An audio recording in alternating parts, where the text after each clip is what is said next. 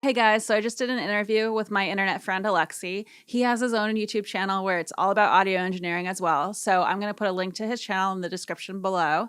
In the meantime, I'm going to show you an edit from that interview. He sent me the raw files so I can make my own edit, and hopefully it'll be slightly different content between my edit and his edit. I think I'll probably focus on stuff that he said because we kind of chatted casually for a lot of the interview.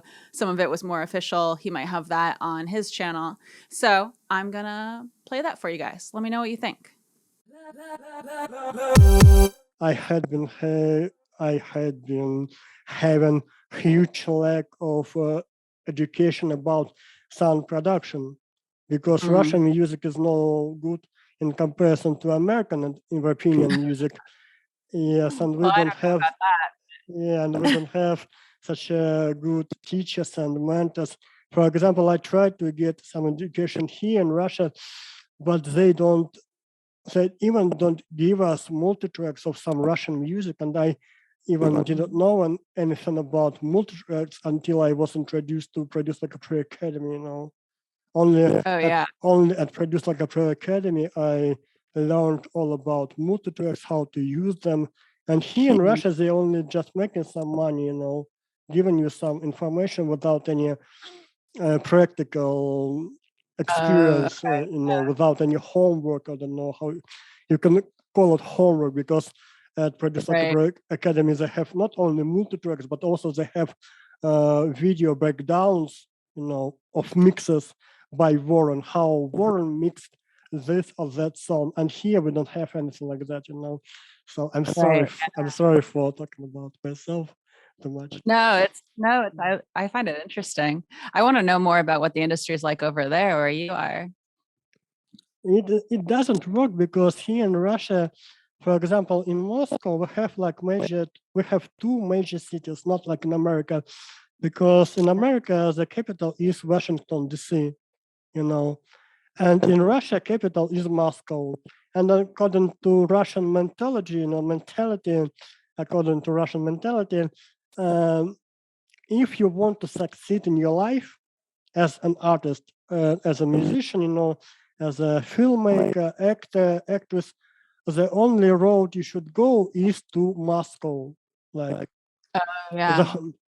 the industry, the local Russian industry is located in Moscow. But now when I have some little experience of communication with American people and watching a lot of American videos, not American videos, but watching a lot of videos by American sound engineers on YouTube and at ProMix Academy, I understand that in America, there are many cities, not only Washington, D.C., so people don't have to go to the capital city to become famous, because you have San Diego, you have LA, you have New York, you have Chicago, you have Miami, and you have like 10 cities, like Nashville, you have like 10 cities where people can be successful about their careers in music. And in Russia, you can be only successful in Moscow, only in Moscow.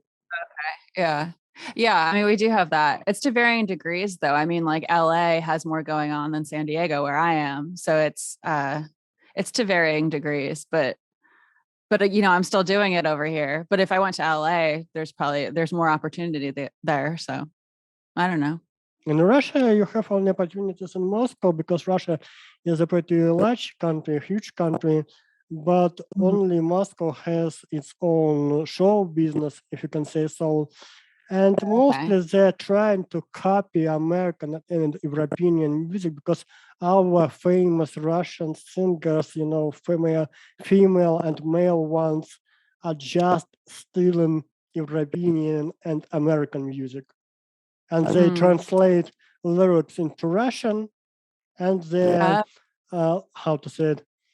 and they tell people that these songs were composed by them, but everyone knows that these songs were composed by like Michael Jackson, like Queen, Michael Jackson, Christina Aguilera, Robbie Williams, and Russia. Yes, and Russian super duper pop stars are just stealing. So in this case, I'd like to ask an extra question about mixing in the box and hybrid. So what is your opinion on mixing in the box? Because when you watch some videos on YouTube, again, from famous sound engineers, for example, like CLA or Andy Sheps, sometimes they say that they are mixing in the box. But when you are listening to their recordings, they're not recordings, but when you are listening to their final mixes sound as good as hardware.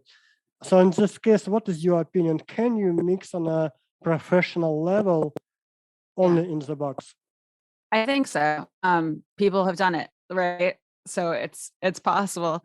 I think what it is there's, there's our hardware, like the Neve sound that most of us love, right? And I think when you're using a plugin that emulates whatever I know it's not always emulation, but let's say an example of a plugin that emulates a piece of hardware, it might be a little bit harder to get the plugin to the point, like the starting point for the hardware, but you can get it there. I think it's possible. People have done it.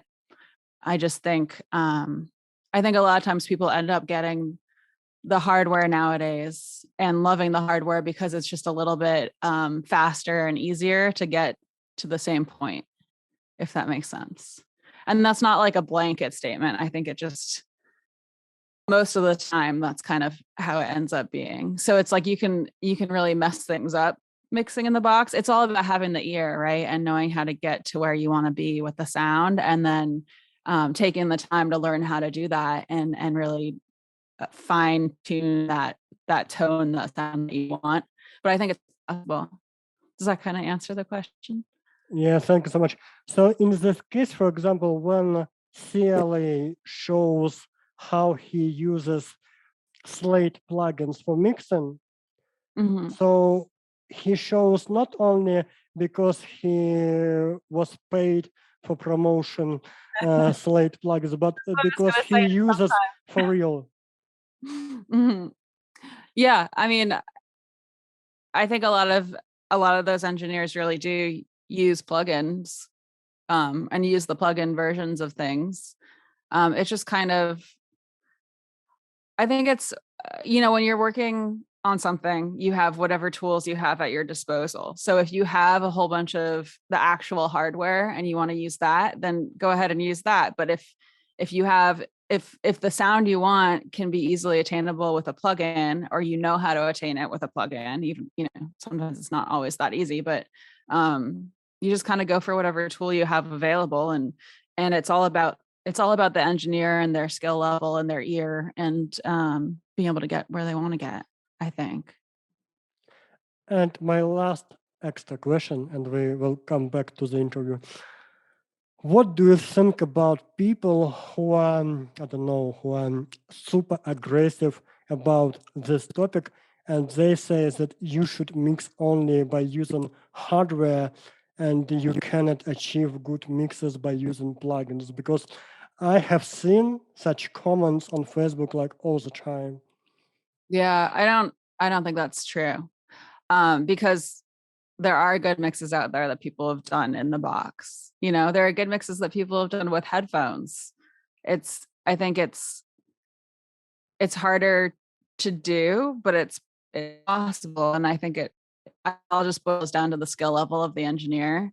And I also think there's some psychology to the fact that if you bought a whole bunch of hardware to work with, right, you're then going to be more inclined to want to err on the side of it's necessary to get the good mix. And it might make it a lot easier to get where you want to go, but I don't think it means that the other way is impossible, because it's been demonstrated that the other way is possible. So I want to ask you a little bit rude and impolite question, so please be prepared. Not because I'm a rude person, but because I had such kind of experience here in Russia. And I'd like to ask you this a little bit rude question to see if it works in America, So for example, once upon a time, not so long ago, when I went to have an interview, a real interview, to get such kind of job, they're asking you something like, during the interview, they're asking you questions like very personal questions, like, for example, do you have a boyfriend? Or like, do you have a wife? Are you married? Oh, Are you a yeah. student? Or, for example, are you getting some kind of professional education now? And and the reason is that they need people who are not married, who don't have any boyfriends Yeah. or girlfriends, who don't have any educations, who are not study anywhere, just because you will be working sometimes at night. Yeah. Like what? Yeah. Yeah.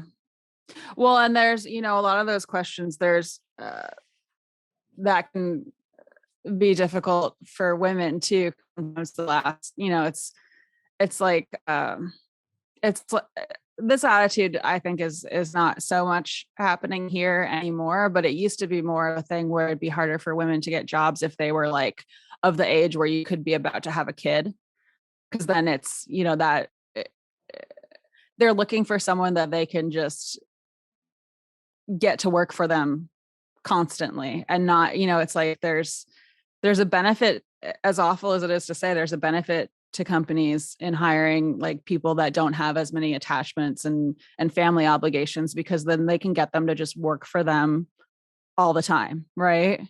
And so I know a lot of those questions here are illegal to ask now. They can't legally ask you that stuff.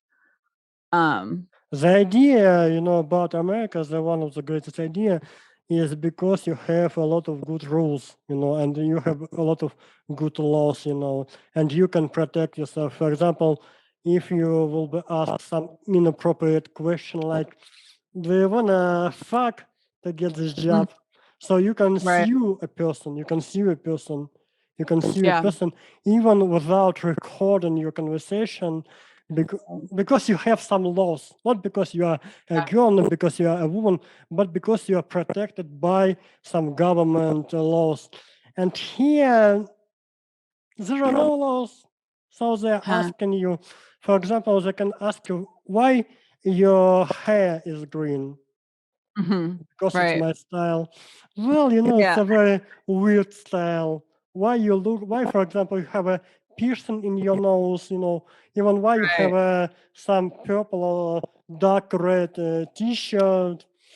You Yeah. are some kind of strange person, And of course, these are inappropriate questions, but Yeah. according to our laws, we can protect ourselves, You can only Bad. take your fist and punch into his face, Yeah. something like that, or tell him Yeah. that I have a boyfriend or I have a father, I have a husband who will come to your place and who will burn your place down to the ground, something like that, in a Yeah. criminal way, But here, and we also don't have any copyright laws about music like in America and like in Europe.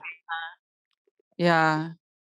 That's too bad. That's tough because I don't know. I'm like really thankful for the laws about like inappropriate questions like that. But then on the other side of it, I've had people ask me inappropriate questions like that, and I've had people at work say very inappropriate things to me before. And there's not, if you're, a lot of times you don't, like you just have to deal with it, because suing is such a big investment. It's and then you have to worry about like burning bridges with the company, and like all sorts of stuff. So a lot of times it's like, it's great that we have those laws for when people really do want to do something about it and want to sue, but there's also a lot of it happening without people suing, and a lot of people getting away with it. There's a lot of I know some studios that I've been in, it's kind of like a good old boys club to some extent. Mhm, mhm, mhm. Um, Understand. So let's continue our conversation on a positive note. you make your social media pages, you make your website and stuff. You can always ask clients and old bosses, right, for quotes on your work, how you've done working with them. And that's just like like getting a review for your business, right? A review or a recommendation, and then you can like publicly post those. I would just tell them that, that's what you're planning on doing with it. Be like, hey, could I get a quote for my website, or could I get a quote for my LinkedIn, or, whatever it is. Yeah, I think that's a great thing to do. Yeah. Thank you so much. Thank you so much. We don't have such kind of laws here again. And when you tell people, for example, when you're having an interview with a sound engineer in some studio here, and when you ask him, should we or will we be will we be signing a contract? So usually they look at you like you are mental again, and you escaped from some mental hospital. Of course not. What are you talking about? What kind of contract? They don't feel the need for it, then whatever. It's helpful if there's a disagreement later, about what the agreement was. But here, usually it's a huge risk, because here, I guess everything works illegally, and you can work for 1 month, for example, for some studio, and they have a right not to pay you. And since they don't have any documents, and since you don't have any documents, you cannot prove that you have been working or had been working for a certain studio for a certain period of time. So in this case, they want to do it in more illegal way, and you cannot be sure that they will be paying you the same exact sum of money they're offering you right now, and you are discussing with them right now. So for example, I'm sorry. So for example, you can run to the studio every day and every night, working nonstop, without any holidays, without any breaks. And at the end of the month, you will get nothing, because you were not a good worker according to their opinion. And usually it works like that. Usually the problem is you, and you are the only problem. And you cannot. The only way to protect yourself is to use your iPhone, and is to record all the conversations and all attitude, with them, and from them about you. And usually people don't use any iPhones because they are not spies. They're not like James Bond. Usually people are very simple here, and they believe to people, they believe that they will be paid at the end of the month, and usually people screw them over, in some period of time. That's not good. I always assume if a studio is doing that to people, that over time they'll get a reputation for doing that to people, and then they won't be able to get good engineers, and it's going to eventually come back on them and make them suffer. But I mean, I've also seen that happen. There was a studio here in town that I know for a fact they weren't paying their manager and their head engineer their as much as they were supposed to be paying them every week. They would, when it came time to pay them, they'd be like, oh, I can't pay you the full amount this time. I'm paying you this other amount. Right. So I know what happens. Part of that is a lot of studios are struggling, I think. But they're paying anyway. Even if they pay more money, you are getting paid anyway. It's better not to get paid, at all. Well, yeah. And then, when you're freelancing, you have to worry about that. Because, it's, if I do all this work for this person and I send them the audio file, are they going to pay me? So one of the things that I'll do with freelancing is I'll charge like 50% deposit or something similar. And then what I'll do is if it's a long project, for example, I won't wait until the end to send them an invoice. I'll be like, we've done this amount of work this week. Here's an invoice. And if they don't pay the invoice for that week, we don't continue on the project. So giving frequent invoices, charging deposits, that's kind of how you weed out the people that are going to screw you over, And if they do screw you over, at least it's a smaller period of time that they've screwed, like, you know, that they've cheated you out of, Hmm. if that makes sense. Yes, yes. Thank you so much. Thank you so much. Mm. Thanks to our interview, I will be much wiser. Thank you so much for such a wonderful interview. It was a huge pleasure talking to you. Thank you so Okay, much thanks. for the possibility and the opportunity. I really appreciate it a lot. Thank you so much.